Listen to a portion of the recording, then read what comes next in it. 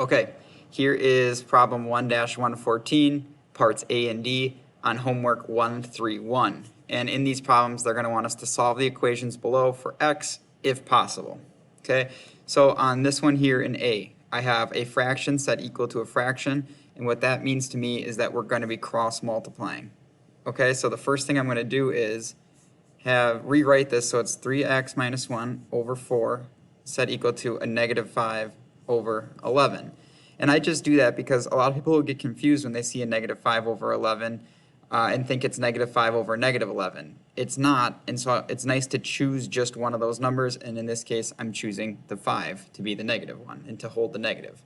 Okay, now that I have it here, I'm feeling comfortable to cross multiply, so I do 4 times negative 5 across the equal sign, and I do 11 times 3x minus 1 over the equal sign. 4 times a negative 5 gives me a negative 20. And on the other side, again, the equal sign stays in the middle. Equal sign there, it stays in the middle. On the other side, we're going to have 11 times 3x minus 1. Now we get to this point here. We need to distribute that 11 into both numbers. So 11's got to multiply to 3x, and 11's got to multiply to negative 1.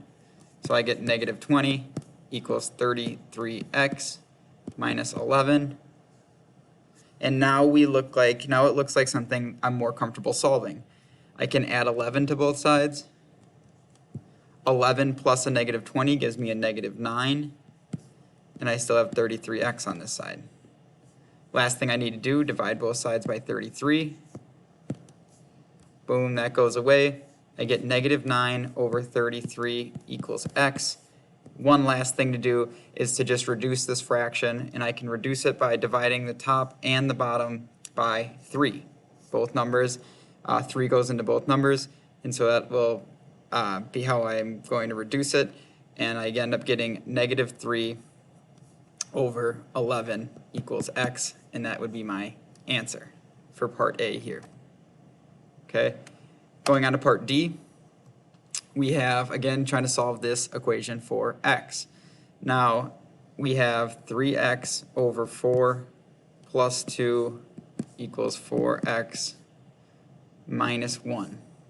The first thing I'm going to do here is I'm going to get a common denominator on the left side so I can combine these two. Okay, so what I'm going to do is this is really 2 over 1. I'm going to multiply this 2 over 1 by 4 on top and 4 on bottom. So I get 3x over 4 plus 8 over 4.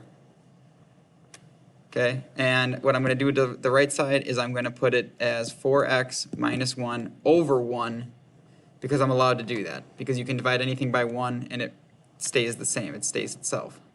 Okay, moving into the next step here.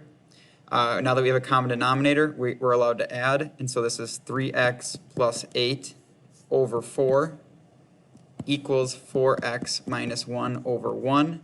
And I'm in a situation again with a fraction set equal to a fraction, and I'm going to need to cross multiply.